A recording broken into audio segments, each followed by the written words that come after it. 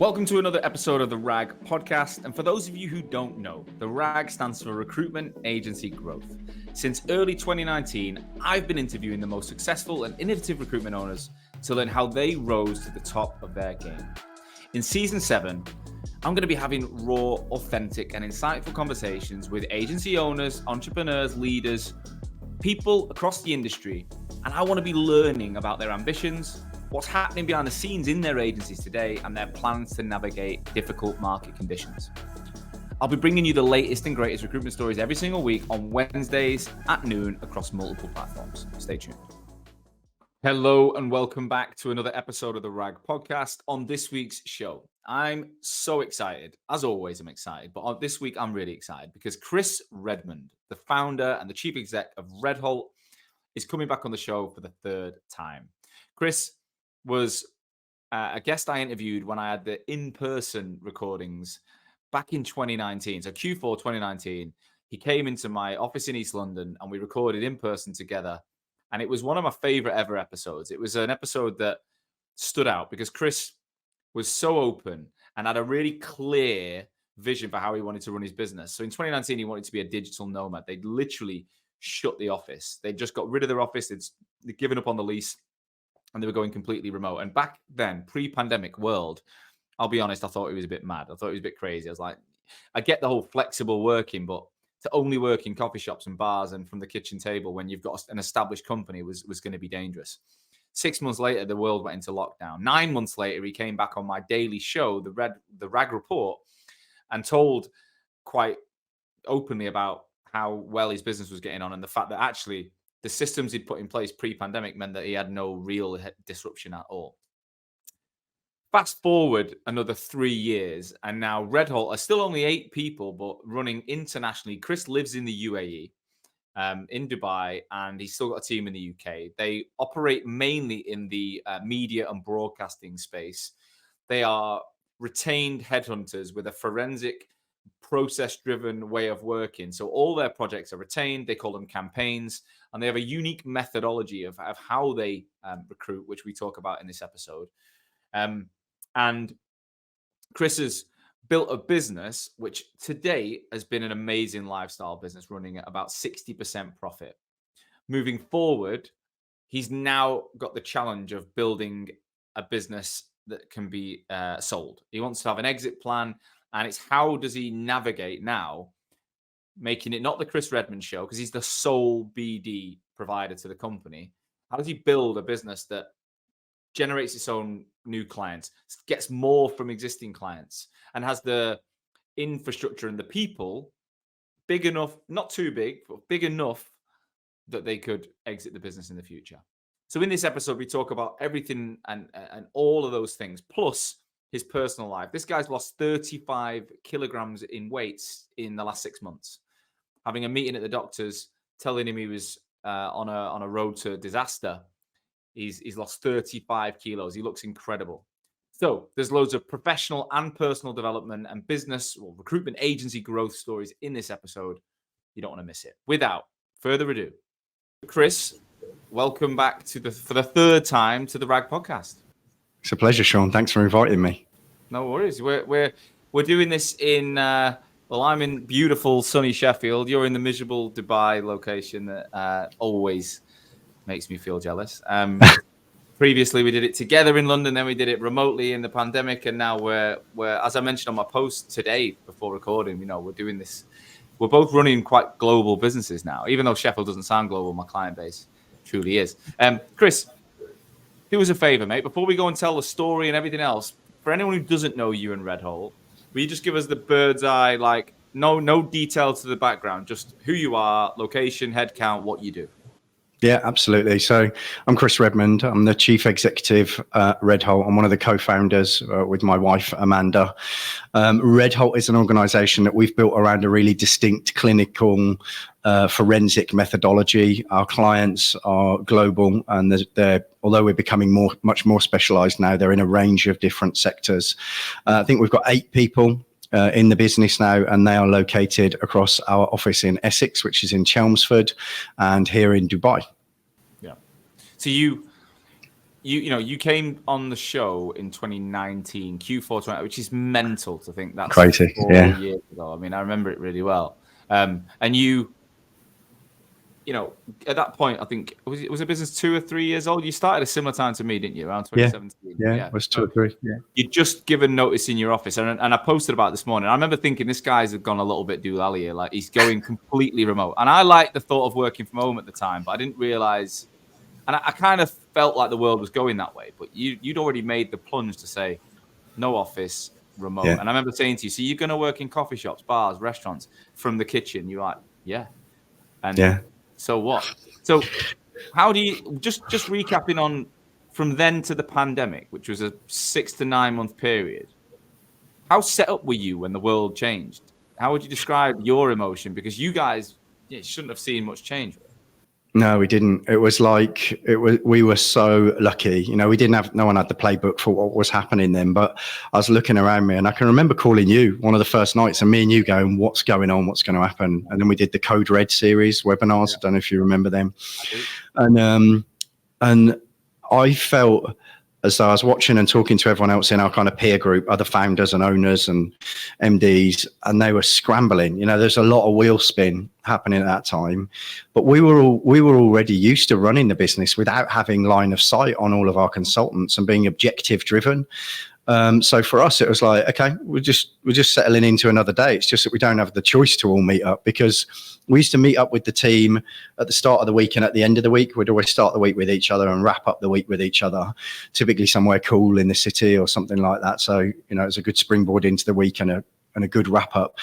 But we just carried on. It was, it's like we'd been doing practice laps, and then COVID hit and everyone else started with cold tires, and we'd already been doing practice laps. Yeah, and it was just like systems and processes are built.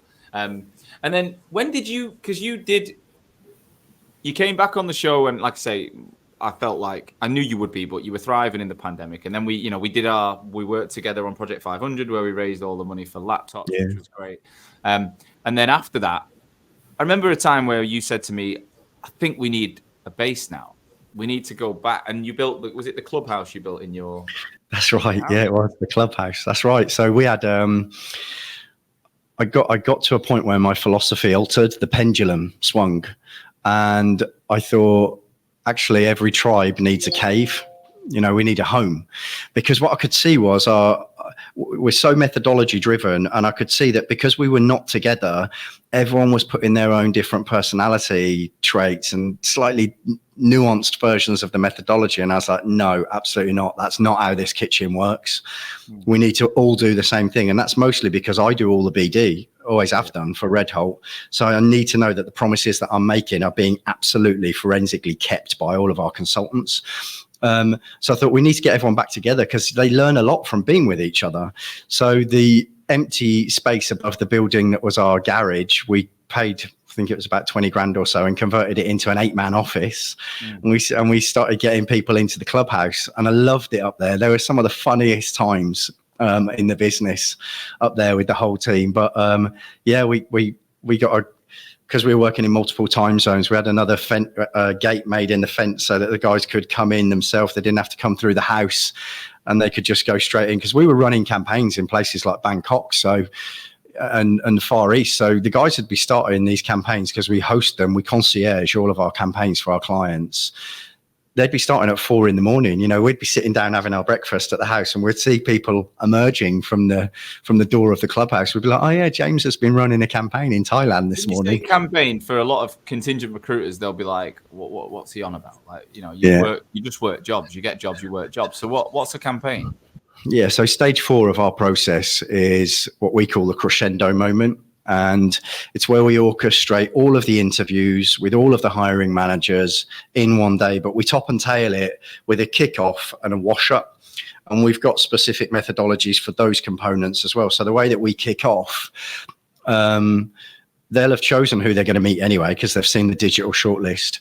But we actually have got this graph where we plot the coordinates of the candidates that they're going to meet, and we disclose what our interpretation of each candidate actually is, so that the people who are going to be doing the interviews get immersed in what is going to be incumbent on them that day to make the decision. And we make sure that we say to them at the start, like, welcome to your campaign day. At the end of this day, you're going to be crystallizing your decision on who you want us to extend an offer to. So we excite them about it. We create that experience. You're setting an expectation, aren't you?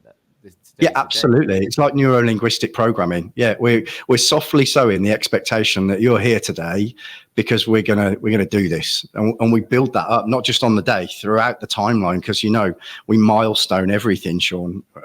Heavily project focused, and then at the end of the day, we've got a similar methodology to helping them crystallize the decision in a very objective way, so that everybody feels heard, everybody feels as though they've shared their opinion on which candidate was good and not, and why.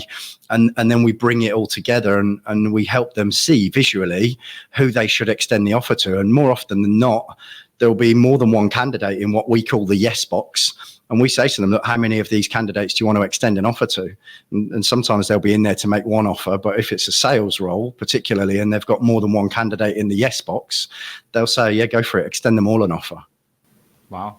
So if to understand your business model, you're the face. A bit like we talked about our profile being similar. We'll talk about it later, but we're both the kind of front end of the business, and then once people come through you then they are assigned a project manager, if you like, who's going to then take their campaign, their project, and run it end to end.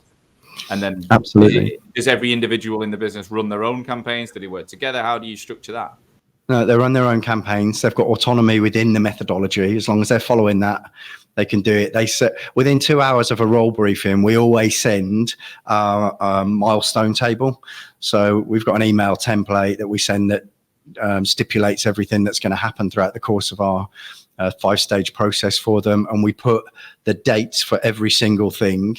And we also highlight the dates when there is going to be an activity that's incumbent on the client.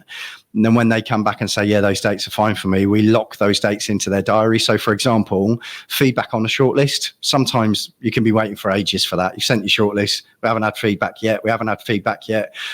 Well, we lock that date in a week or 2 weeks before. So when we send the digital shortlist, they know that they've got time. These time-starved, busy executives have actually got time and have had time protected in their diary. And on occasions, we actually send them a digital voucher via the Starbucks app to go and get themselves a coffee, take their laptop and watch all the videos and the psychometric report on our digital shortlist. So, we encourage them to do it and we make it a part of the experience for them.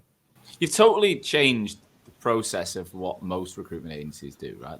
I remember when we first met and we first started working together in 2019, I was really impressed with the way you took like a project management methodology from external industries and brought that into your own firm. And you did, we've hired through you and it is genuinely different, right? But how scalable is that? Because that's what I think a lot of people would say. You still got a relatively small team. How scalable is your model, or does it only lean to a face of a Chris Redmond and a strong group behind? Like, could it become the next Salt or Robert Walters or whatever, like with the model that you run? So it's interesting, Sean, because up until probably 6 to 9 months ago, me and Amanda were in different spaces when it came to why we're doing RedHolt. For Amanda, it's a lifestyle business, really nice lifestyle business. But for me, I've had big jobs in the corporate chapter of my career before coming into recruitment. And I've seen how the world works, in terms of transactions, M&A, manifesting an event. And I've always wanted to do something like that. And now we're both on the same page. So it's put the lens over the business for me to look through and go and to answer that question. And the conclusion that I'm at is that because of the methodology, it's immensely scalable because you just drag and drop. We know exactly how our methodology works forensically. It's 5 stages on the surface, but underneath that, there's 84 intricate steps. Now, some of those things is a 2-minute job or a 30-second job, but all of them need to work. It's like I compare it to a Formula One car. Every nut and bolt has to be in the right place and done in the right way in order to move at the velocity that the potential suggests that it can. So, and because of that, we've been doing it for years. It's immensely scalable, and I've got a few ideas and a few conversations that I've got going at the moment around exactly how we do that in different jurisdictions, in different regions, from Australia to Canada. We hire a lot in Canada, believe it or not, and it's a really, really active market. One of the things that I'm quite looking forward to if we pursue this and these things crystallize is actually twice a year running a launch, what I'm going to call a launch pad, where we get these guys in who are going to start the RedHolt pop-ups, and we do an immersive training session somewhere cool in Dubai for 10 days where I go through with them exactly, and I use some of my team like Meg and James and Amanda. This is exactly how we do it. And we train them so that when they go back to Singapore, Australia, wherever to start their RedHolt pop-up, they know exactly how to do it. So is it almost like franchising it a little bit? Yeah, kind of. I affectionately use the term a hybrid franchise because the thing that makes it different is I will treat those people like a team. They will be my management team. They'll be running their own business, but we'll have weekly management meetings where all the MDs will be on that call. So, they'll feel like they're part of a team. We'll all be using the same ATS. We'll all be using the same systems. And that's where I'll be able to see the metrics for governance of the business. So they'll be public within that group anyway, so that they can see each other's metrics. But I'll be able to see what each franchise owner has signed up to and whether or not they're compliant with the stipulations in the agreement. The profile of you, though, and again, I think we're quite similar. Like, there's not that many people who are comfortable being on camera, standing up, constantly putting themselves out there, vulnerable, meeting clients, and I think for you to get the same level of traction in different regions, it's probably the limitation of my business, right? That there's only one of me, and I'm happy with that, and we built a business around it. But how do you is it to try and find like-minded people that could take a RedHolt in those regions? No, not really. I think that the idea would be for me to continue, to a large extent, Sean, what you helped start in my career, which is, to embrace the potential of social media and the proximity that can generate to markets that you'd never usually reach. And for me to become within that constellation that I've just mentioned, the kind of tip of the spear, the social capital associated to that can benefit the whole group. But actually underneath that, what I'm interested in is people who have got specialisms, because if there's one thing that I've learned since that first podcast where we were much more generalist, the traction that I've generated by rebranding myself as the recruiter of choice in the broadcasting and media market, it's been an amazing chapter of my career. The impact and the gravity that I've got within that circle, I'd never anticipated being able to generate that level of success. So dragging and dropping that model on how you create communities of specialisms, not just you being the specialist recruiter, developing a community around you would be part of the Launchpad event that we help people to do. But they've got to have their own specialism to be even considered really as being a lead for one of those hybrid franchises.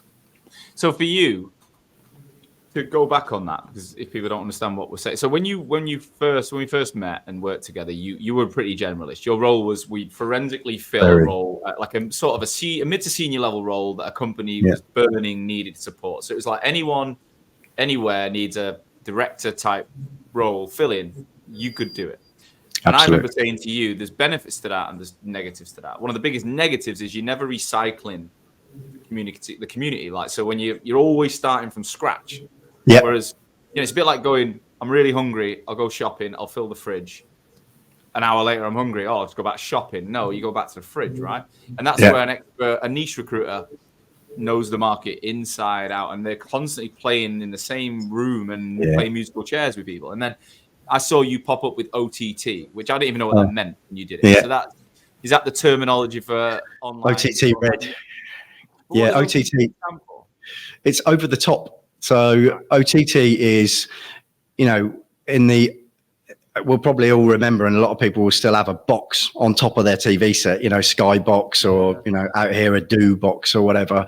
That's where it comes from. But it's the provision of additional content services. That's where the term OTT comes from. So, but now it's often built into the TV set. Most TV sets now have got Netflix and Amazon Prime and all that stuff built in, but the legacy of the terminology still exists in terms of OTT. So it's that whole market. And actually, Sean, COVID was the springboard for that as well, because we were lucky to have some clients in that space, and where a lot of markets dried up and there was no recruitment. If there was one market in COVID that absolutely blossomed because we were all sitting at home watching Netflix, It was the OTT market, and it was total luck. I just happened to be increasingly specializing in roles for a couple of businesses there. And then off the back of that, that's become the market that I operate in predominantly. 95% of what I do personally is in the OTT broadcast and media sector. And I've actually taken that to another level as well. It's some of the initiatives that I'm running now are really strategic initiatives for that market. Outside of RedHolt, we've got a thing called the Broadcast Talent Manifesto. I run it with a lady called Carrie Wotton, and it's because there's a deficit of talent with virtualized and cloud-based skill sets coming into broadcasting, because there's so many other sectors now that are more appealing for a younger generation and sexier, crypto and fintech and all this sort of stuff. Yeah. But actually, broadcast used to be the destination of choice from a career perspective. If you wanted to go and play with toys and you're a bit of a techie nerd, now there's loads of places where you can go and do that. So we've started the Talent Manifesto, and there's some massive names sponsoring that. We've got 6 digits worth of sponsorship behind that, and Carrie's the face of that. I support Carrie. We co-founded it, but that's just one thing that came off the back of that whole OTT thing. What does that mean then? So you've created a training academy for people to basically job in broadcast. Yeah, absolutely. So a lot of the technology in broadcasting now, I'll tell you, here's a good example, Sean. So in broadcasting, you'll be familiar with the fact that when you go and watch the football, there's a massive van outside the ground with a satellite dish on the top. Yeah, that's called an OB van, outside broadcast van. Those things, for generations, there's been engineers that live in those things. They spend their whole weekend in them. They live away from their families, and it's a truck, right? So there's thousands of those things driving all around the country, all around Europe, all around the world. It's an ecological disaster as well as affecting people's lives. Now, people don't need to do that. You can have live productions that are produced in the cloud. You can have the guy doing the commentary in one country, the guy doing the editing in a different country, and they're all doing it from home on their laptops. It's a totally different skill set to traditional broadcasting engineers. And the industry can't bring that skill set in quick enough to satisfy the demand that many studios and direct-to-consumer broadcasters are going to, where they're using these virtualized services. So Carrie and I identified this, and what we're doing is working with some massive names, the likes of Microsoft, for example, who are sponsoring some of these things to actually try and generate programs to elevate what careers in broadcasting are like. It's totally outside of RedHolt, but I love it because it means I'm on the pitch with all of the companies that I'm actually trading with at RedHolt and developing credibility and gravity with them through something that's not just trading with them. Yeah. Wow. Makes sense. So another highlight over the last few years has been your switch to Dubai, right? So I remember my story. I was listening to the end of our episode this morning just to familiarize myself. And, I listened to it last night. I was with my ex, wasn't I? And I was referring to life with her in Essex, and I'm thinking, fucking hell, that feels like a lifetime ago. Yeah. And obviously, I've been out and seeing you in Dubai with my wife and stepkids. And when we first went to Dubai together, which was, I think, was it early 21? Yeah, it was early 21. I've loved the place since I got there in 24. I think 24 I remember. was the first time I went, and I've been non-stop since. I think I've been about 12 times. And I've always said I want to live there. And when we went in 21, we both, Lauren had never been. She was like, I think I'd love to live here as well. I remember we got back, and I don't know what it was. I think you were videoed. I think your Instagram was there, and I said, oh, mate, I'm thinking of living in Dubai soon. And you were like, I'm literally sorting my visa out now. Yeah, I remember that. You did it and I didn't. And my reasons are more around the kids and their dad. I just don't think it's the right decision to take him away from, or to even put that out there yet. So I've given myself a 10-year timeline. Oh, yeah. When Amira and Gabriel are 18, which is 10 years, I think I'm within my rights to do that. But you went and did it. So talk us through the journey of going, right, we're a UK-based business, very Essex-driven, internationally recruiting, I know that. And then you've just gone and up sticks and ended up in Dubai. Yeah, so it was literally New Year's Day morning 2 years ago. Me and Amanda are sitting at our kitchen table at our house in Essex. And I'm 44 now. And I remember saying to her, business has done really well. We've got an amazing house in Spain, amazing house here in the UK, all the sexy cars, all the toys. Yeah. But what's the next chapter about? Where are we going? What are we actually doing? We're just making money. It's not everything you need. Yeah, it felt like that. And I was doing a lot of MBA lectures at the time for a university that was based out here called the Holt Business School, HULT. And from 50 on, I'd quite like to just do MBA lectures. I love doing them. It's when giving back and doing that with the full-time students and the executive students is brilliant. So I started talking about being closer to the campus, because the main campus is here in Dubai. Amanda had never lived abroad. I've lived in Italy and Malta before. And over the course of that breakfast, we made the decision that we were going to move to Dubai. I was like, well, it'd be good for me to be closer to the campus for the lectures. She wanted to do it anyway. We were digital nomads. We were well practiced at running the business. And the main thing actually, Sean, was that our boys are young, really young babies. So we were like, it's not going to disrupt their lives. Let's do it now. By April, we'd moved to Dubai. Wow. Yeah, that was it. So that was.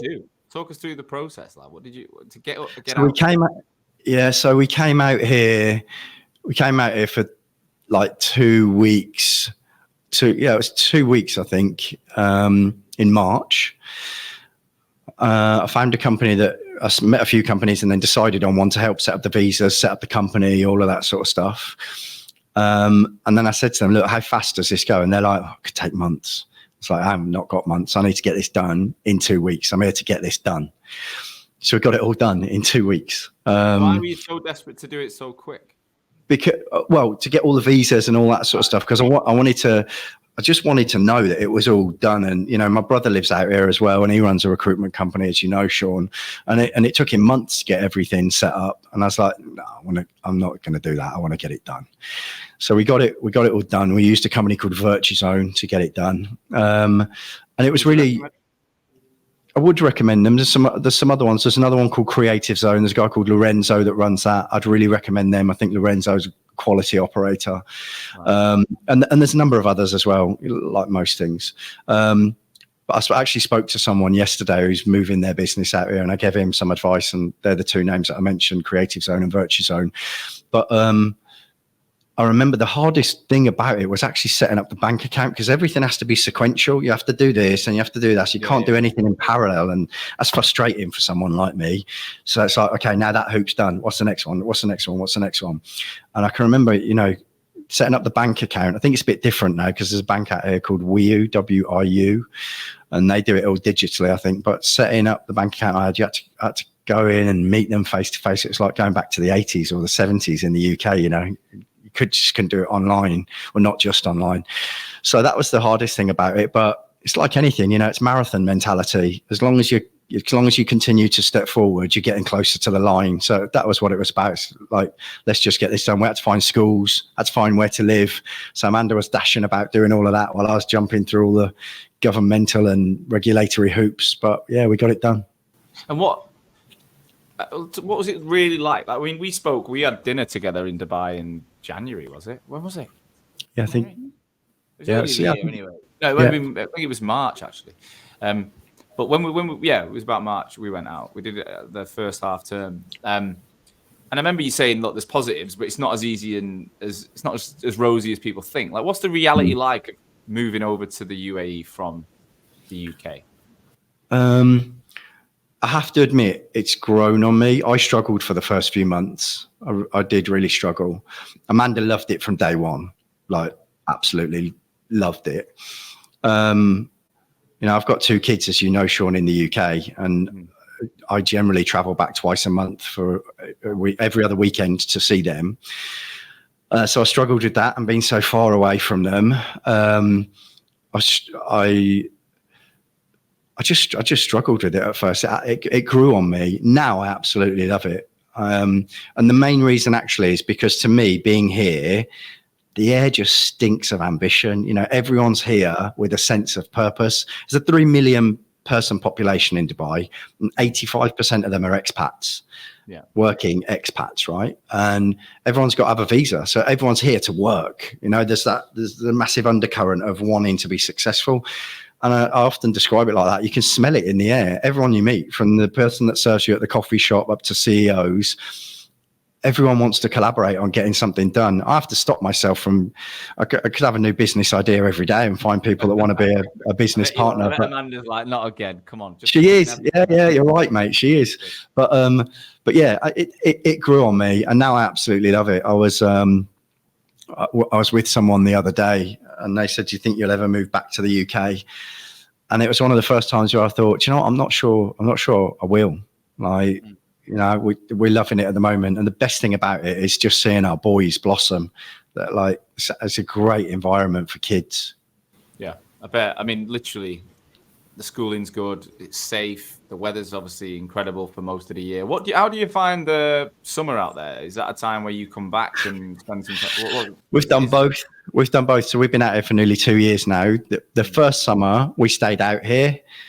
And the thing is, Sean, the difference is, everywhere out here is built for mega heat, right? So everywhere's air conditioned, you know, everything's air conditioned. So, and there's so much to do. So that's just the way you deal with the summer. You don't really want to go out too much. And actually one of them, yeah, exactly. It's exactly. I used to work in Sweden, right? And it was exactly the same in Sweden. In the winter, you didn't want to go out. So it's just the opposite of that. This year we came back for the summer, and I really struggled with it. I really struggled with it, because I was like, God, there's no routine. You know, you're visiting this person and that person. And, you know, we were living in our house in Essex, but I just couldn't get into the routine. I couldn't get into the routine of it. So me and Amanda have both said that next summer we're going to stay out here. We're going to stick it out here. You've rented that house out now, haven't you? So yeah. We've rented it out now. It was a no-brainer. You know, we had that massive house in Essex, and I used to use it every other weekend when I was back with my son. And I even had the cars just sitting in the garage for me to use. Economically, it's stupid, to be honest. It was a bit flamboyant. And so we've rented that out now. The guy who is living in that now is the CEO of the UK Supercar Rally. So he's got the garage full of some sexy toys. Have you still got your cars? Have you got rid of them, or what's the? No, got rid of them. It's got rid of them. Everything in the UK that I could shift or monetize has been. And what do you do now? Do you just rent a hotel and get Airbnbs? So, and it's better as well. You know, my son is 13 and he loves his mountain biking. So when I go back now, he can be closer to his mates, because before I was driving from whatever airport I landed at all the way to Reading, picking him up, driving all the way to Essex, staying for all of Friday night and Saturday night, and then on Sunday dropping him back off in Reading and driving straight back to Heathrow, and then on the overnight flight home. Yeah, every other weekend.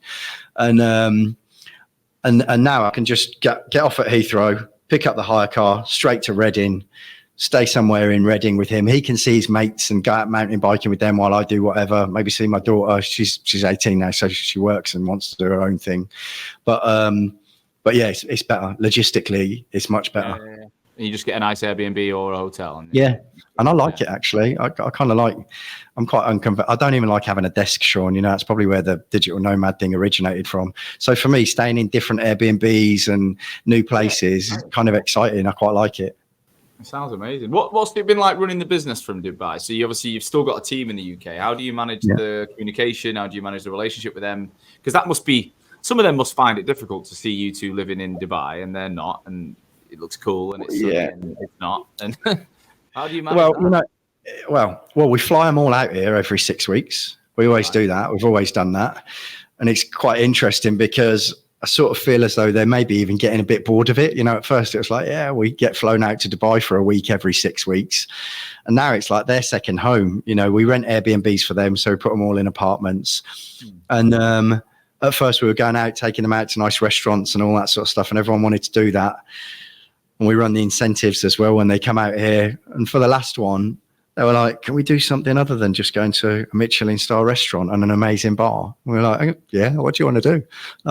Maybe just go to a water park. We're like, okay, if that's what you want to do. They had a great time. I mean, I've never seen them smile more. It was like taking a bunch of 7-year-olds out. We had a fantastic time. Take someone else next time. I'm always available. Yeah, you're welcome to join, mate. Just you want to bring me out? I'll do it. Yeah. So, but I think we all still struggle with it on, you know, with a certain degree of frequency, but But that's no different to anything else. It works. We get them all out here regularly. So we're always together regularly. That's important. The only thing actually is probably more for me and Amanda, because now the time difference with the UK is 4 hours. So, me and Amanda generally don't finish working most nights. Once we've got the kids to bed, the laptops will be open and we'll be working. And we're working till 9 or 10 o'clock most nights. And if I'm being totally honest, more so Amanda than me, because she runs the delivery side of the business. So all the consultants are constantly speaking to Amanda, and she's constantly on at them because of the way we run our assignments. It's intense. So you that's the reality. Give yourself a bit of space in the morning because no one's awake. So you might get a couple of hours to go to the gym or whatever. Yeah. And then once you're on till a bit later. That's it. That's exactly it. As you know, I've got a few other businesses now. So I'll generally do my local businesses here in the morning. But like, for example, yesterday morning, Amanda's got into golf, which I love. So she went for her first round of golf. We went onto the Emirates par 3 yesterday morning. And we got the chance to do that. We teed off at 9. We were done by 10. And then we start working, and we're still ahead of most of our markets. Yeah. So we just make it work. It's like anything, you find a way to make it work. So tell me about your other businesses. So you mentioned you've got, I do see you are an ideas man. I'm an ideas man, but you're an ideas man. And like I said, I think I frustrate Amma quite a lot. Cause I'm like, I've got an idea. And he's like, oh, here we go. Like just fucking, and some of them are crap. Some of them go nowhere, and others have made us a lot of money, right? So he knows and he's not an ideas guy. He doesn't want to be. He's got no intention of being. So he likes listening, and sometimes gives me this face like, here we go again. And you must get that from Amanda. Oh, mate, yeah. I'm sure the look that Amma gives you when you say, I've got a new idea, that's the same that Amanda gives me. But the businesses that we've got, as you know, part of our methodology before we even approach people is for the last 3 years, we have done AI-based psychometric evaluations of high potential candidates before we approach them. And then when we approach them, that's part of the content that we use in order to make our approach seductive and arresting. Just go and look at their social channels and all of that. Yeah, it checks 3,000 data points within 5 seconds about the individual, and it can use a number of different internet gateways as a unique identifier for the individual. The CEO of that business in California, I've got to know really well. I think they went for their Series B or C funding recently, and Drew sent me a message and said, "Look, Chris, we could do with a distributor in the Middle East. Would you like to do it?" I was like, hell yeah, absolutely. For 3 years, I was the VP of indirect sales for a global software business. So I know how to set up partnership channels and alliances and all of that stuff. And I said, yeah, absolutely. So we sorted out a contract where I've got exclusivity on the UAE for the platform. They reskinned it for me. So my business is called RedHolt AI. And the value added service that we do locally is not only selling them the platform, but the most important part is how they activate the value of the platform, which is me or my team here looking at their business and their sales methodology, because some of them are in real estate. Some of them are like supercar resellers, right? Ferraris, Lamborghinis, that sort of stuff. And when they're selling these high value things, not just about looking at the platform, it's about training your guys on how to integrate, how to use that platform into your sales approach. So that's the value of what we create as the value added reseller locally and all of the training. Have you got a team on that, or is it just you? So it's just me at the moment. There's someone that I've got lined up who's going to join me, because we're sort of beginning to get a bit of trajectory now in terms of ramping up our pipeline on that one. And that really excites me. So I really like that business. Then we've got a podcast studio. That's actually, I'm in the building. That's at a place called Radisson Red, which fits perfectly into the RedHolt group. So that's really cool. We've got some real high profile people that are using it. We've signed up the British Business Group, which is massive in Dubai, and they've signed up for their whole first series of podcasts. And they're going to be interviewing some of their most influential members in the studio, and a few well-known celebrities from the UK that live out here that are going to use it as well. And then we were the seed investors, Amanda and I, for a company called BobCheck 3 years ago. And the guy that runs it is a guy called Dave Clark. He's over here at the moment, actually. He got here today. And BobCheck is software for recruitment businesses that checks people's profiles within the candidate ownership period to make sure that CVs that you've submitted speculatively or even have been for interview don't end up working at the organization that you sent them to without you knowing.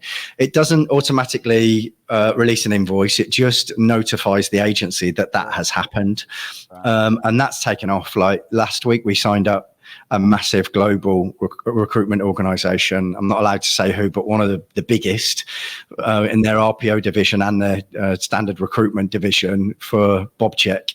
And we've saved £1.2 million of agency fees now. So that's going really well. We're 3 years into that business now, and I love running that with Dave. Yeah, it's a really, really solid platform.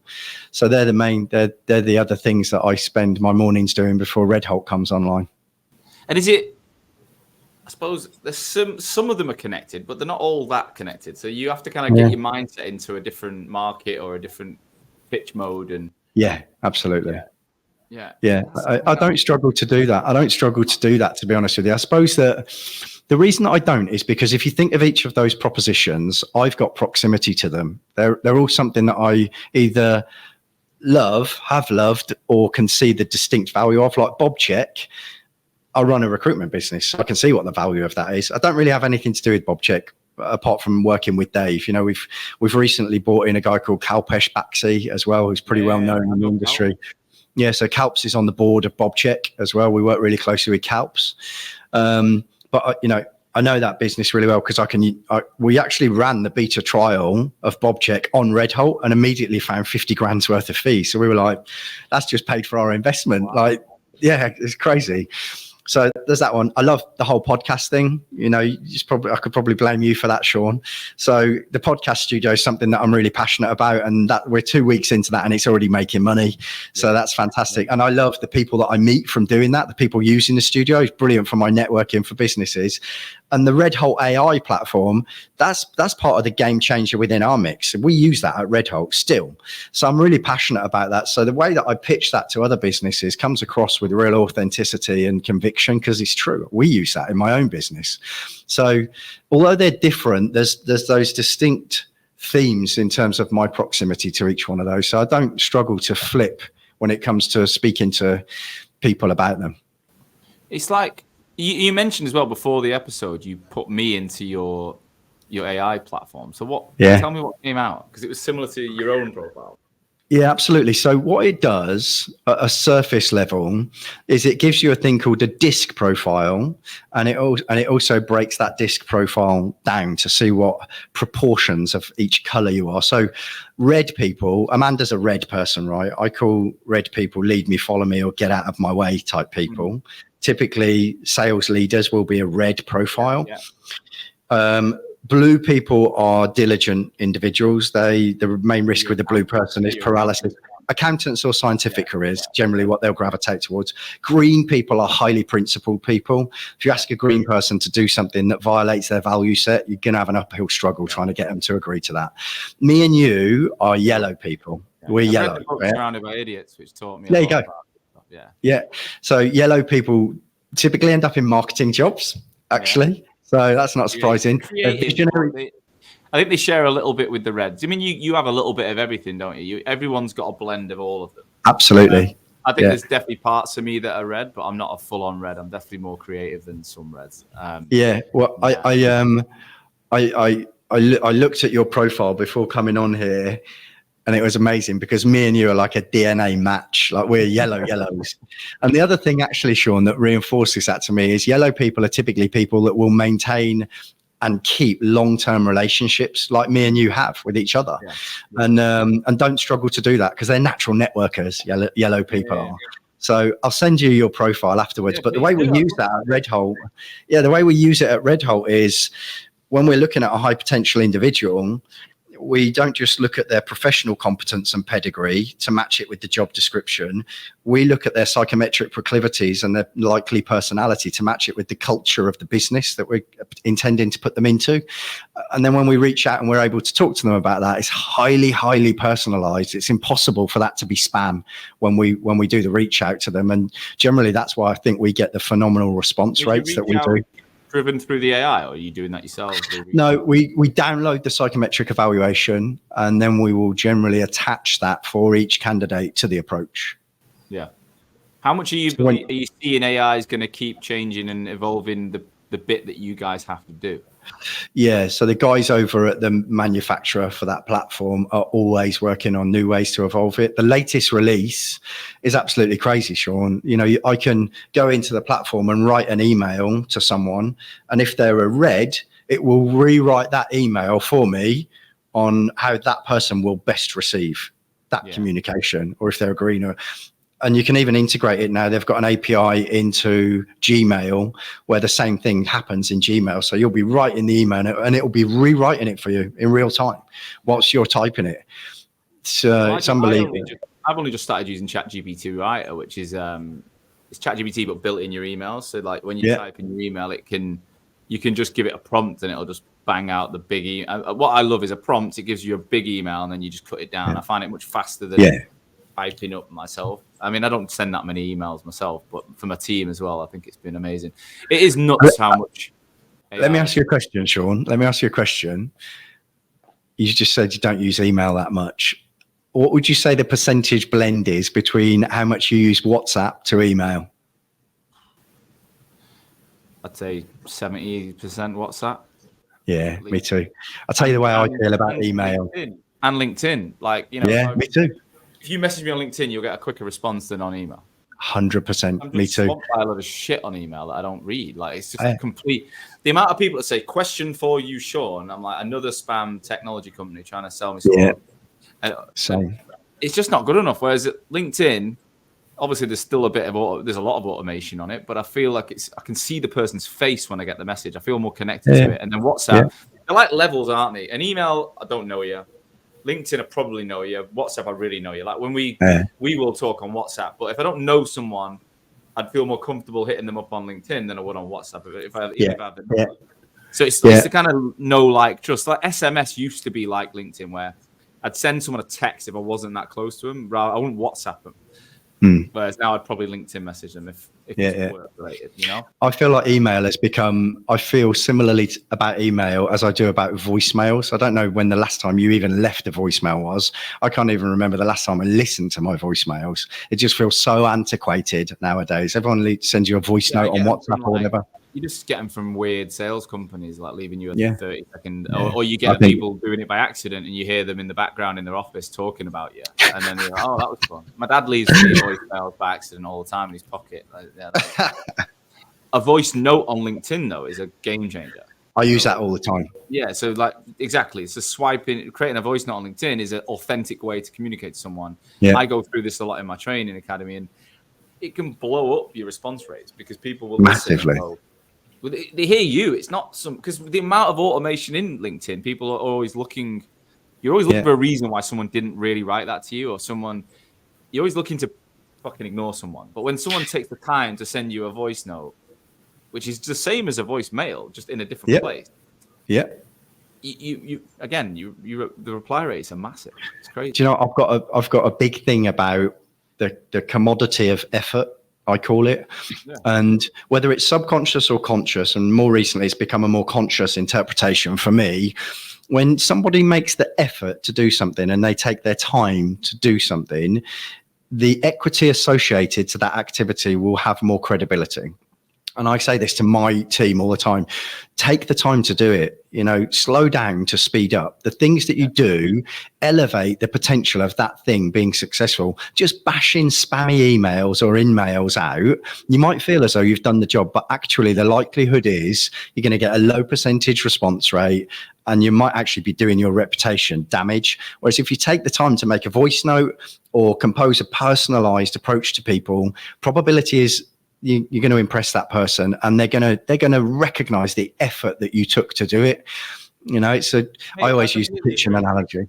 Well, obviously I teach people how to use LinkedIn better for a living, right? And one of the things I do is I don't tell them to use automation, and automation is a great time saver. Like you can literally message so many people every day but I think I'd rather do less and do it well. I'd rather do 5 messages a day that come from me that are authentic, because I can get the responses so I'd rather get, I mean, I might go from 5 to 10 or 15 if I've got time, but yes, it's a numbers game, like anything. The more messages you send out, and some people just love spamming email. They'll just email everyone. But I've never been that kind of character. I'd rather have a really manual but controlled process. Like I follow something called 20-10-5. I do it every day. I teach my clients to do it every day, and it works, right?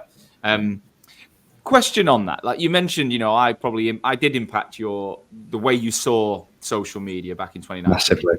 What is the actual tangible benefit to it? Because people think it's a vanity project. People think, oh yeah, they just love it. The yellow people just love it. No, I mean, I'll tell you what mine has been. But how would you describe your tangible benefits of putting yourself out there and being consistent on platforms like LinkedIn?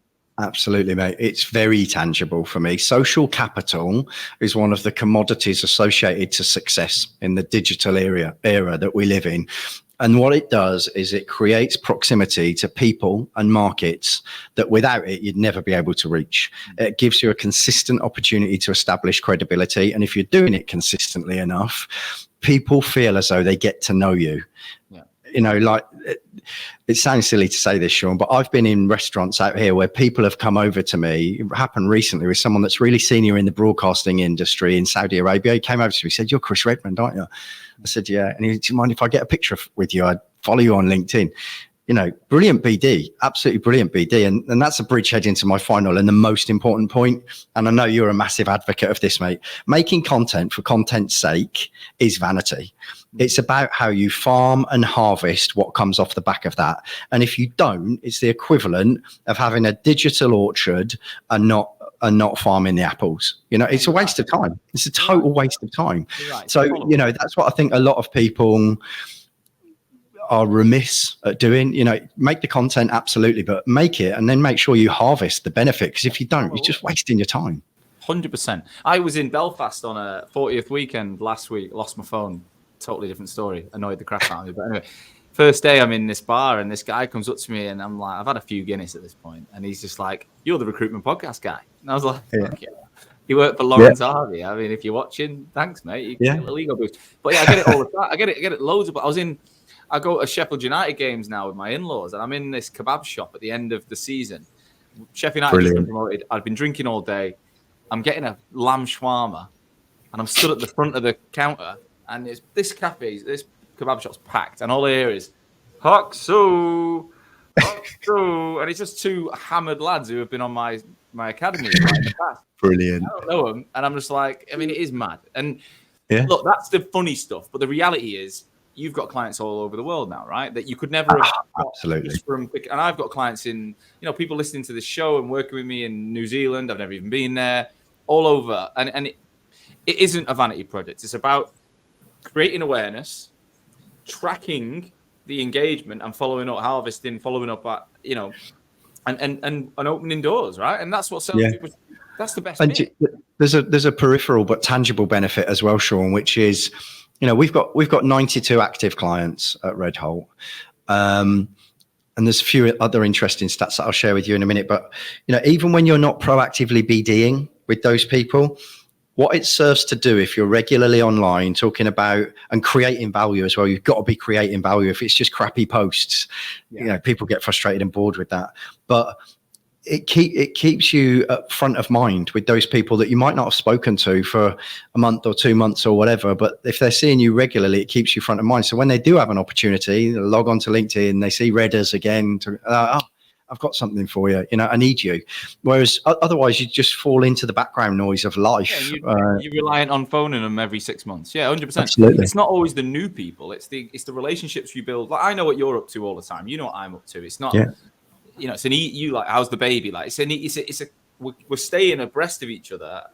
Industry, and it's great. One other topic completely unrelated to work is fitness, right? And I've been on a journey since June where I've been changing my habits consistently. And again, we're not even talking about this together, but I've watched you do a similar thing at a similar time, and I want to find out more about it. So talk us through your journey, because you look a hell of a lot different than you did even when I met you in March. Never mind, looking back on that video of 4 years ago.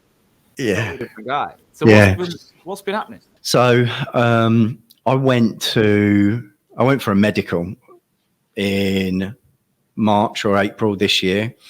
And I knew that I was carrying a bit too much timber. And at the back of my mind, if I'm totally honest with you, Sean, I probably knew the reasons why. You know, I've had a really turbulent last 10 years, bad divorce, a lot of dad guilt about not spending enough time with my kids, pressure of building a business. And, you know, I definitely been drinking too much, like how much too regularly.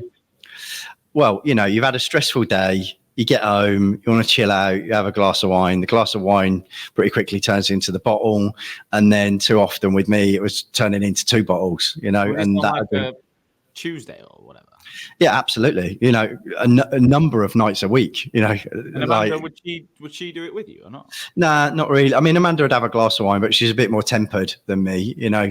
And it'd be the same. It'd be the same if I went out for a beer. You know, my brother always used to joke and say, you know, you drink 3 beers to every beer that I drink. Like you're a beast. But I've got a fundamental belief that people use alcohol to cover pain. And there was a lot of stuff that I was carrying. Anyway, fast forward, right, I was getting bigger and bigger. And if you look at the podcasts that we've done over the years, you can see that. I watched them back last night. I sent them to my brother, actually. He was like, wow, look at you, fat boy. But so I went for this medical and he said to me, look, Chris, for your body composition and size, you should have about 2 liters of what they call visceral fat, your internal fat in your body. He said, you're carrying like 6.5 liters of fat.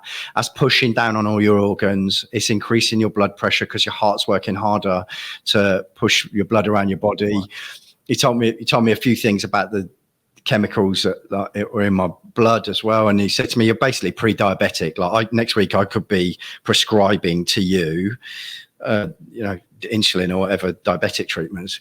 And he said, at your age, you can still fix this. But if you don't, in 10 years, you're definitely going to be on a number of different medications that you will be on for the rest of your life. And you're heading down a stroke, heart disease, heart attack. Yeah, totally. He said absolutely all of that, you know, and the diabetes thing. My granddad was diabetic as well. So I took that really seriously.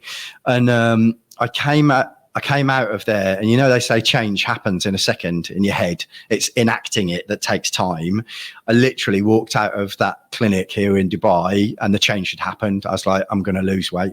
So I was like 105 kilograms, something like that, around that. I was always bobbing between 100, 110 for the last couple of years, just getting bigger and bigger. And then since April, I've lost 35 kilograms. Just by, yeah. So, and now my zone is between kind of 72 and 77. And I weigh myself every day, and I know what I need to do. Yeah, we're about the same because I've never gone anywhere near. I've never got over 83 ever. But I sit naturally. I'm 5'9.5". If I don't like work on it, I will naturally sit about 82. Yeah. And I don't like myself at 82. Like I'm not fat, but I'm a bit round. I've never let myself go beyond that. And I don't drink much in the week, and but I was fighting fit in my early 20s at 72 kilos. And I've been thinking I want to get back to somewhere similar. And then I stopped drinking a lot, changed my diet completely. I don't eat breakfast anymore. I walk everywhere. I train 3 times a week's weight. I followed this plan basically since June. And now I went to Belfast 74 kilos. And then I came back 77 2 days later. Yeah, it's crazy. There's 3 things I've done, mate. There's 5.2 or something today. So we're probably very similar. But what have you done? How have you managed that? That is insane. So it's 35 kilos. The main thing, there's 3 things. Number 1, I've just become more aware. Yeah. I'm absolutely amazed at how many calories we take on nowadays that you just don't need. You absolutely don't need them. Yeah, well, drinking's the next thing. So I haven't had a beer or a wine since April. If I do drink now, I just drink vodka, and I'll drink it with just vodka and soda water. Yeah, I haven't had a beer or a wine for 6 months. Wow. And the beer for me was the main thing. You know, it's like every beer you have. Huh? Do you not miss beer? Or? No, not at all. I don't miss it at all. And it's because of that mindset I had as soon as I walked out of that clinic. And then the other thing is I go for these like massive walks, like 8 or 10 kilometer walks. And sometimes I'll do the lap twice. So I'll do a 16 kilometer walk, try and do that once a week. But I do the walk 3 times a week. So, you know, the number of calories you're taking on is much lower. the things that you're putting into your body much healthier, and then you're exercising to get that kind of balance right. And it just fell off, mate, you know, and I feel so much more better. I do like really high intensity, and even the running, my knees are screwed from running. We've done a lot of running, and I tried to run every day last year. I'm in better shape now, and I've not run in 2023 once because of my knee. Well, Sean, do you remember, mate, in lockdown, I ran 10K a day. I ran 10K a day in lockdown. And I think 1 month I did the equivalent of 7 marathons, and I was drinking a bottle of wine every night, at least. Because when you run and you're hungrier, so you eat more because you've expended your exercise, and then you think you deserve a drink. So you have this like double whammy effect on it, and then you go again. Whereas I will have a couple of beers. I'd probably have more. I'll have like 6 beers at a weekend. I'll have 2 on a Friday, 2 Saturday, 2 Sunday. Like I kind of look forward to them. But I know how many calories are in a beer, which I never thought about before. It's like a little bag of chips. And I'll have to eat less around it. Like I have to. I can't have like the big fuck off meal and the dessert and the beers. Like I just won't do it. And not eating in the mornings. Another one that I used to think breakfast was really important, and I'm like, fuck it. I personally don't touch it. You're not hungry, No, but you know, I've not touched food. I'll eat about 1 o'clock. The other thing, mate, is since coming off the booze quite a lot, my ability to reflect on my life, to look forward on what I want to do with my life, to just be, you know, better, just better. Is like through the roof. You know, the businesses that I've started recently, I think I've got a direct correlation with my increased capacity to think through things and execute on things and make plans and think clearly about what I want to spend my time doing.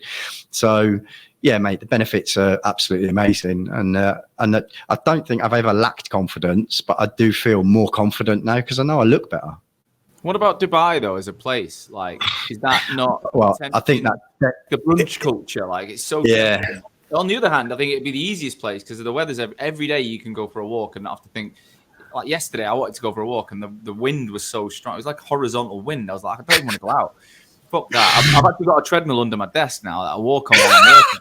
I love that. Just to solve that. But Dubai has got every day you can genuinely guarantee you can exercise. But it's a choice. By God, it's a fun place to go and have a drink. So how are you managing that? Well, it's a choice, right? So for the first year, I just ballooned because I was absolutely loving the Dubai brunch lifestyle. And you know, now we live in an amazing apartment block, there's a complex with some really cool bars and restaurants in the complex. So if I want to go for a drink there, all I've got to do is get in the lift. I don't even have to get in a taxi or anything like that. And every night, you know, Amanda would go to bed fairly early, but I'll just pop downstairs and look at this amazing view while I sit outside and have a beer or whatever.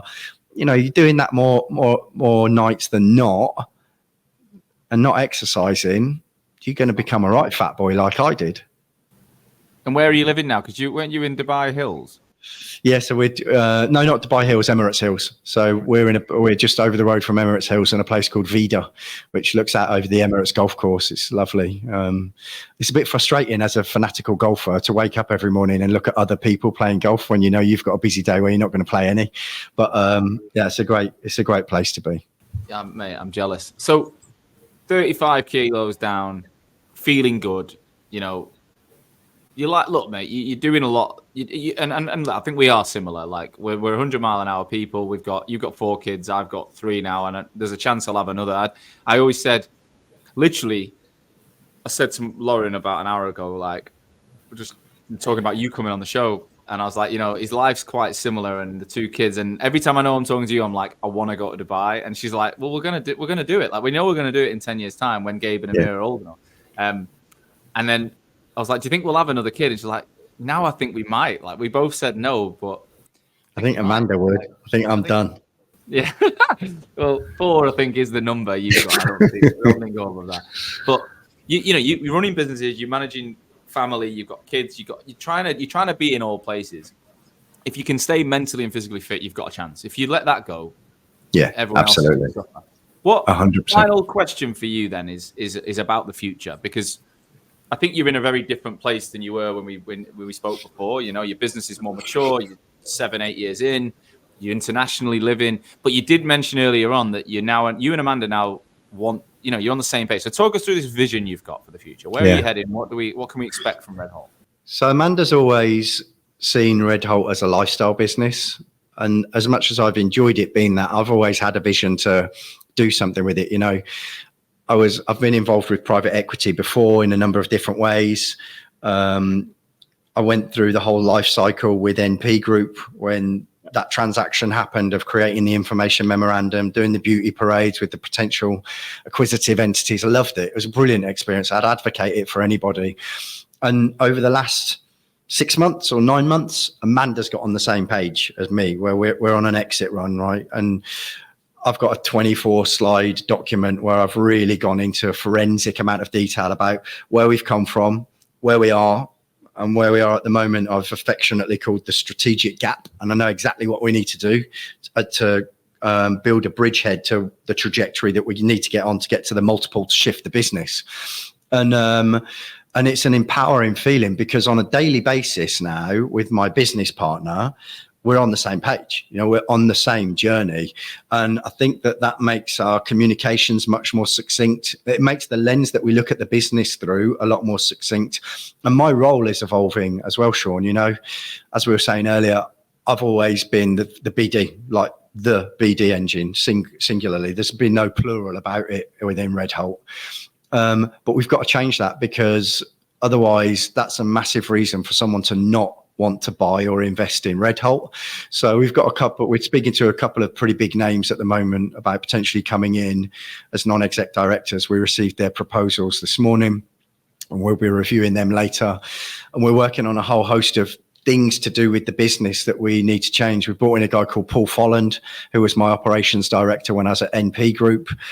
He's now client success director, and he's totally focused on the estate of clients that we've got, these 92 active contracts, and hunting and farming by creating value in the relationships with all of those entities, because I'm convinced that the share of wallet we're taking there isn't 100% in all of them. So there's a lot to hunt and farm from there. And then we've got a few people joining us in the new year that I hope will be able to get some incremental logo generation going when it comes to the BD side of things and net growth. So you need to diversify who gets the new business, and you need to work harder to generate more business from existing customers and previous customers. Yeah, right? Absolutely. And, we've got an amazing amount of latent potential within our existing consultants to be more BD focused, but it's kind of hard when they've never had to be. And then you ask them to turn on the tap, and they've been so successful at delivery with this great methodology. And it's like, you're speaking to candidates all the time. You only have to ask them a 7-second question that might open the gate on that organization becoming our next client. So it's just about habitual practices and trying to weave it into the fabric of day to day to try and turn it. But that's the North Star now. We've got a really clear plan. We know what the metrics are. The governance is really good. And I worked with James Kahn and the recruitment entrepreneur guys here for 6 months. Yeah. And I learned a lot about the way a business is evaluated in the recruitment sector for investment or acquisition. So I just turned that and made it into a bit of a mirror and did the same evaluation on RedHolt. So I've got a really clinical view of all of the areas that we need to work on in order to get the business into a shape where the multiple we can generate in a transaction will be as optimized as possible. And how many people because again, you've never been a headcount jockey. Like some clients think hire. You've never been that. Your team's 8 now and you're super profitable. You live an amazing life. But that probably will need to change a little bit, I imagine, because it will. Ability in the team, right? If you're too small and you're acquired, the team there's just not enough. Absolutely. One of the guys that's hopefully coming in the non-exec director capacity, I liked it actually because he got me to present to him on the business before he decides to associate his brand to RedHolt, and I thought I like that. He's protecting his brand, not just grabbing all the Ned jobs he can. And he asked me a similar question, and we've got that growth forecast in line with the revenue forecast. We anticipate we'll get up to 15 or 16 heads his input was, I think you'll probably need to be more. And I think what you need to start focusing on now is bringing in people and how you indoctrinate and train and incubate those people with your methodology. You need to prove, to your point earlier, Sean, you need to prove that that's scalable and that you can get people learning it. So we're actually developing a thing at the moment, an online learning management system called the RH Academy, RedHolt Academy. And I'm pretty excited about that. But that's going to be the foundation of the program that me and the rest of the leadership team are pulling together, that new starters will go through at RedHolt to become what we're going to call a RedHolt black belt. Wow. Sounds exciting. Hopefully, mate. So the team in 5 years, how big do you think you'll be in terms of headcount?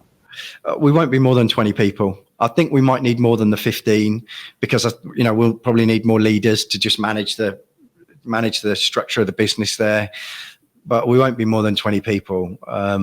If we do the pop-up thing, the hybrid thing, that'll be part of the group. And then that will, to a large extent, that'll be determined by the ambition of the people that are running those pop-ups.